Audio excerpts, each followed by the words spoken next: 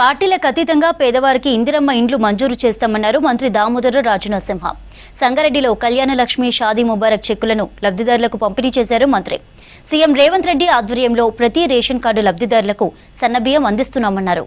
ప్రజాపాలనలో పేదలకు ఇచ్చిన ప్రతి హామీని నెరవేరుస్తూ అన్ని పథకాలను అమలు చేస్తున్నామని తెలిపారు. దేశంలో ఎక్కడా లేని విధంగా కులగణన చేశామన్నారు. ఎస్సీ బీసీ వర్గీకరణ చట్టాన్ని తీసుకొచ్చిన ఘనత కాంగ్రెస్ ప్రభుత్వానిదేనన్నారు మంత్రి దామోదర. ఈ కార్యక్రమంలో ఎంపీ సురేష్ షెట్కర్, ఎమ్మెల్యే చింత ప్రభాకర్ తదితరులు పాల్గొన్నారు. సంక్షేమాన్ని, ప్రాంత అభివృద్ధిని దృష్టిలో పెట్టుకుని పనిచేయాలి. ఈ 15 మాసాల కాంగ్రెస్ ప్రభుత్వ పాలనలో సాఫీగా పనులు చేసుకుంటూ పోతున్నాము కానీ చెప్పుకుంటలేదు. మనం ఎప్పుడు ఆలోచన చేయలేదు, అనుకోలేదు.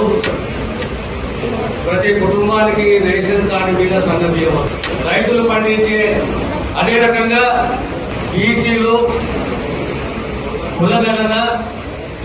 అంటే తెలంగాణ రాష్ట్రంలో ఎంతమంది బీసీలు ఉన్నారు, ఎంతమంది ఎస్సీలు ఉన్నారు, వారి ఆర్థిక సామాజిక రాజకీయ పరిస్థితులు ఏ రకంగా ఉన్నాయి, ఏ రకంగా ప్రభుత్వం ముందుకొచ్చి వారిని ఆదుకోవాలి, జనాభా తెలవాలి, వారి వ్యవస్థ తెలవాలి. అప్పుడే ప్రభుత్వం ముందుకు వస్తుంది, అప్పుడే ప్రభుత్వం ఆదుకుంటుంది అనే తపనతోటి రాహుల్ గాంధీ గారి ఒక ఆదేశం. మనం ఏ కుటుంబాన్ని ఆదుకోవాలన్నా వాళ్ళ వెనుకబాటులో ఏ రకంగా ఉన్నది, ఏ రకంగా ప్రభుత్వం వాళ్ళని ఆదుకోగలుగుతుంది.